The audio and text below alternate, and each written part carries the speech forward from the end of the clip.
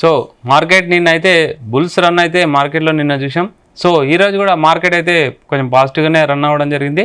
Start అవ్వడమే మంచి పాజిటివ్తోని start అయిన మార్కెట్ కంటిన్యూగా అదే జోష్ని అయితే కనబరిచిందని చెప్పాలి. ముఖ్యంగా ఎండింగ్ కూడా పాజిటివ్గానే ఎండడం జరిగింది.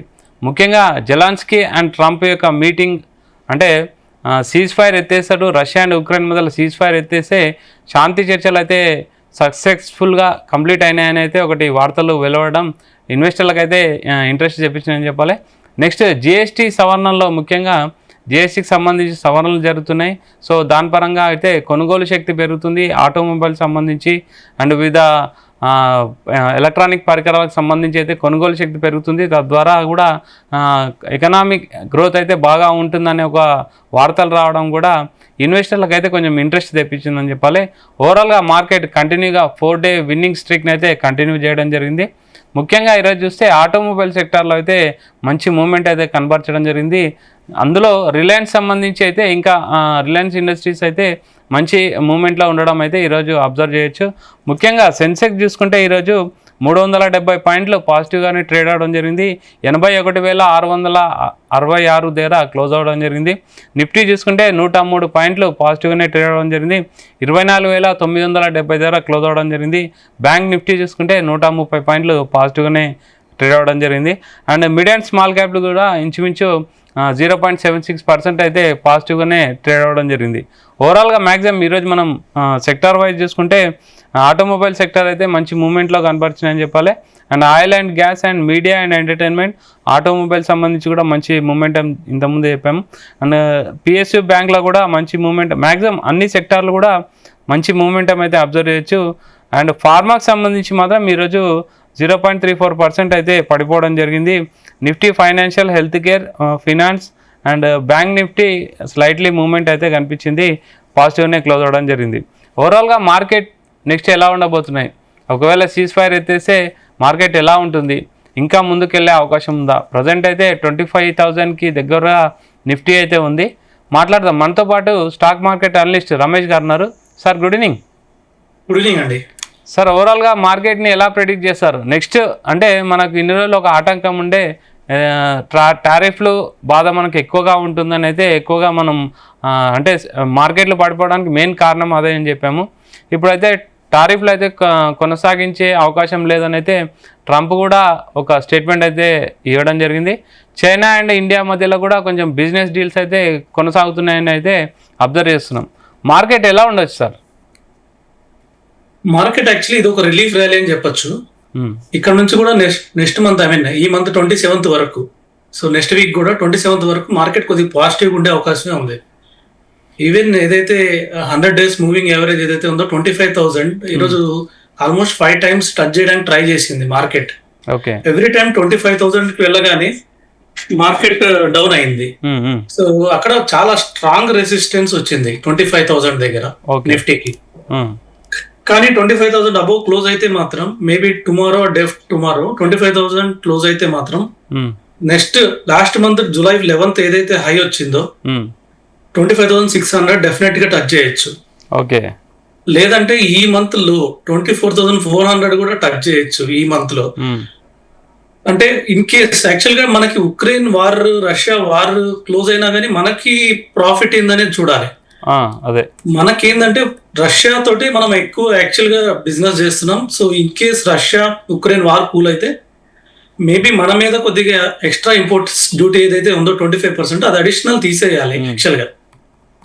సో అది తీసేస్తారనే ఒక ఉద్దేశంతో మార్కెట్ రిలీఫ్ ర్యాలీ వచ్చిందని అనుకోవచ్చు. దాంతోపాటు మోడీ మన August 15th రోజు మనకి ఏదైతే చెప్పారో యాక్చువల్ గా జిఎస్టీ 2 slabs 28-18 నుంచి 18-15% చేస్తానని చెప్పడం వల్ల ఏదైతే ఆటో సెక్టర్ ఇప్పటి వరకు 28% లో ఉంది, టీవీస్ కానివ్వండి, ఆటో సెక్టర్ కానివ్వండి, ఇలాంటివన్నీ 18% స్లాబ్ లోకి వస్తాయని చెప్పేసి ఇప్పుడు వాటికి ప్రాఫిట్స్ వస్తాయి. అడిషనల్ గా 10% వాటికి ప్రాఫిట్ వస్తుంది. మేబీ ప్రైజెస్ కూడా తగ్గియచ్చు. ప్రైజెస్ తగ్గించినప్పుడు కన్స్యూమర్స్ డెఫినెట్ గా ట్యాక్సెస్ కూడా తగ్గాయి కాబట్టి కన్స్యూమర్స్ ఎక్కువ న్యూ వెహికల్స్ కొంటారు. దాంతో సేల్స్ పెరిగి షేర్స్ పెరుగుతాయని ఆటోస్ బాగా పెరిగాయి. అలాగే సార్ ఇప్పుడు అంటే జిఎస్టీ వల్ల ఆటో సెక్టర్ రాకుండా వేరే సెక్టర్ కూడా ఏదైనా మూమెంట్ కనిపించచ్చు మనకు? డెఫినెట్ గా ఇప్పుడైతే 28% నుంచి మనం 18% వచ్చే స్లాబ్స్ చాలా ఉన్నాయి. ఇప్పుడు మనకి 2 వీలర్స్ కానీ లేకపోతే టీవీస్ కానివ్వండి, కంప్యూటర్ మానిటర్స్ కానివ్వండి, ఇవన్నీ ఇప్పుడు 28% స్లాబ్లో ఉన్నాయి. సో మొబైల్ ఫోన్స్ కానీ ఇవన్నీ 28% స్లాబ్లో ఉన్నాయి. ఓకే. ఇవాళ రేపట్లో మొబైల్ ఫోన్స్ అందరూ వాడుతున్నారు, టీవీస్ అందరూ వాడుతున్నారు, ఎల్ఈడి టీవీస్. సో 2 వీలర్స్ కూడా అందరూ వాడుతున్నారు, కానీ అందరూ 28% జిఎస్టీ కడుతున్నారు. ఓకే. సో అదే 18% జిఎస్టీకి వస్తే డెఫినెట్ గా సేల్స్ పెరుగుతాయి, వాటి ప్రాఫిట్స్ కూడా పెరుగుతాయి. కాబట్టి ఆటో సెక్టర్, ఇలాగ ఎలక్ట్రానిక్ సెక్టర్స్, సో ఇవన్నీ పాజిటివ్ గా వచ్చాయి. అలాగే ఈ రోజు చూస్తే టెక్స్టైల్ సెక్టర్ కూడా పాజిటివ్ ఉంది. ఏదైతే మనం ఇంపోర్ట్ డ్యూటీ, ఏదైతే ఇప్పటి వరకు మనం అవుట్ కంట్రీస్ నుంచి టెక్స్టైల్స్ కొన్ని మనం ఇంపోర్ట్ చేసుకున్నాం, సో వాటి మీద కూడా ఇంపోర్ట్ ట్యాక్స్ 0 చేశారు. దాని వల్ల కూడా ఈ రోజు టెక్స్టైల్ సెక్టర్స్ బాగా పెరిగింది. నిన్న చూస్తే స్టీల్ సెక్టర్ బాగా పెరిగింది. ఎందుకంటే డెఫినెట్ గా ఈ టారిఫ్స్ వల్ల మనకి 25% టారిఫ్స్ కూడా తగ్గిపోవచ్చు. అలాగే జిఎస్టీ కూడా 18% నుంచి 5% స్లాబ్ లో రావచ్చు అని డెఫినెట్ గా ఇలాంటి చాలా కన్సర్న్స్ తోటి మార్కెట్ తగ్గింది. కానీ ఇప్పుడు వరకు కూడా 100 days లో ఏదైతే ఉందో 24,400 స్ట్రాంగ్ సపోర్ట్ గా ఉంటుంది. అలాగే 25,600 100 days హై ఏదైతే ఉందో అది స్ట్రాంగ్ రెసిస్టెన్స్ జోన్ లో ఉంటుంది మార్కెట్ లో. ఓకే సార్, ఇప్పుడు ప్రజెంట్ అంటే ఇన్వెస్టర్లు ఇప్పుడు ఇన్వెస్ట్ చేయాలనుకుంటే ఎలాంటి స్ట్రాటజీ మనం ఫాలో అయితే బెటర్?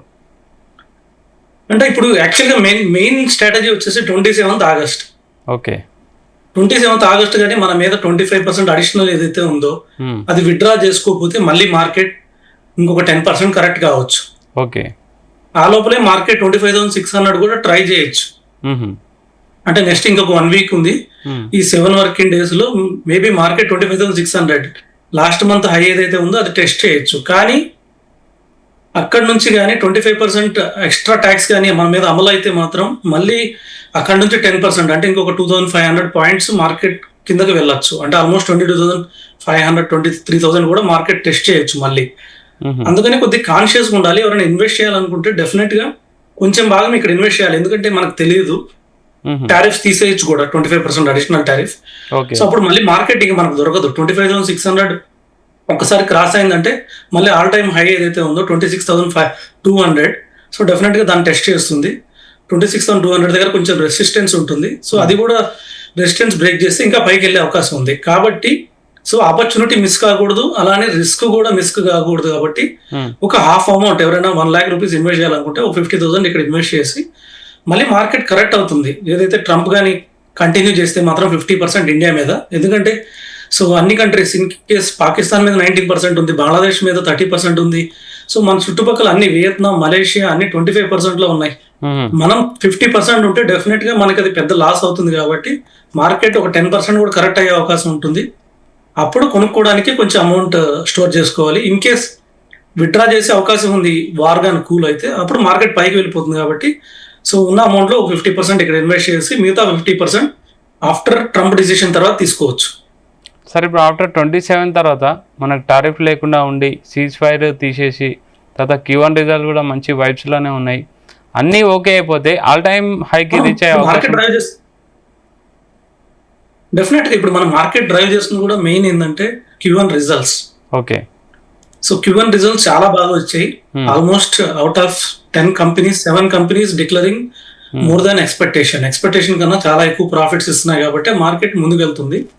దాంతో పాటు కొంచెం మోడీ మన జిఎస్టీ రిలీఫ్స్ అయితే ఏమైతే ఉంది కానీ maybe Russia Ukraine war cool అవడం కానీ ఇలాంటివన్నీ సపోర్ట్ చేస్తున్నాయి. కానీ మెయిన్ వచ్చేసి Q1 రిజల్ట్స్ బాగున్నాయి. ఏదేమైనా కానీ 27th తర్వాత మనం మార్కెట్ ఒక డైరెక్షన్ తీసుకునే అవకాశం ఉంది. సార్, ఇప్పుడు కమ్యూనిటీ మార్కెట్ ఎలా ఉంది సార్? అంటే ఇప్పుడు అన్సర్టనిటీస్ అయితే అన్ని పోయినట్టే, కమ్యూనిటీ మార్కెట్ సైడ్ వెళ్ళొచ్చా? కమోడిటీస్ గోల్డ్ డెఫినెట్ గా ఇక్కడ నుంచి కొంచెం తగ్గచ్చు. ఎందుకంటే వార్ కూల్ అయితే మాత్రం డెఫినెట్ గా తగ్గుతుంది. సో వార్ ఉన్నప్పుడే యాక్చువల్లీ గోల్డ్ పెరుగుతుంది. సో ఈ టారిఫ్స్ కూడా అన్ని 27th నుంచి కూల్ అయిపోతాయి. మేబీ నెక్స్ట్ మంత్ నుంచి గోల్డ్ కొంచెం తగ్గచ్చు. ఈ మంత్ ఒక్కటి కొద్దిగా హై టచ్ చేస్తుంది. సో సిల్వర్ మాత్రం మళ్ళీ ఆల్ టైమ్ హై టచ్ చేస్తానే వెళ్తుంది. So high to high break చేసుకుంటానే వెళ్తుంది. కాబట్టి సిల్వర్ లో పాజిటివ్ మూవ్ ఉండొచ్చు. కానీ గోల్డ్ ఆఫ్టర్ దిస్ మంత్ కొంచెం కరెక్ట్ కావచ్చు. ఓకే సార్, ఫైనల్గా రేపు మార్కెట్ ఎలా ఉండొచ్చు? యాక్చువల్గా వేవ్స్ థియరీ ప్రకారం అంటే ఈ రోజు మార్కెట్ చూసుకున్నా కూడా 5th వేవ్ లో క్లోజ్ అయింది మార్కెట్. అంటే ఇంకొద్దిగా వేవ్ ఎక్స్టెన్షన్ లో మార్కెట్ కొద్దిగా పాజిటివ్ గానే ఉండొచ్చు. ఏదేమైనా సో నెక్స్ట్ 1 వీక్ కూడా మార్కెట్ కొద్దిగా రేంజ్ బౌండ్ ఉండే అవకాశం ఉంది, కొద్దిగా పాజిటివ్ వైపే ఉండే అవకాశం ఉంది. అంటే జెలాన్స్కీ అండ్ ట్రంప్ మీటింగ్ ఇంకా మరి ఏమైనా అప్డేట్స్ వస్తే మళ్ళీ చేంజెస్ ఏమైనా జరగచ్చు? డెఫినెట్ గా దాని మీద బేస్ అయి ఉంటుంది, డిపెండ్ అయి ఉంటుంది. ఓకే. ఆల్మోస్ట్ కూల్ అయిందని చెప్తున్నారు కాబట్టి వారు. సో మనం నెక్స్ట్ ఏదైతే రెసిస్టెన్స్ మనకి నెక్స్ట్ టార్గెట్ ఏదైతే ఉందో 27th ఆగస్ట్ కాబట్టి అప్పటి వరకు కూడా మార్కెట్ కొంచెం పాజిటివ్ గా తీసుకోవచ్చు. ఎందుకంటే ఎఫ్ఐఎస్ కూడా నిన్న బై చేశారు, నెట్ బయర్ ఉన్నారు. సో ఇవన్నీ పాజిటివ్స్ ఉన్నాయి కాబట్టి నెక్స్ట్ 1 వీక్ కూడా మార్కెట్ పాజిటివ్ ఉండే అవకాశం ఉంది. Okay sir, thank you very much sir. Welcome. So ఇది ఇవాల్టి stock market updates. Keep watching Zee Telugu news.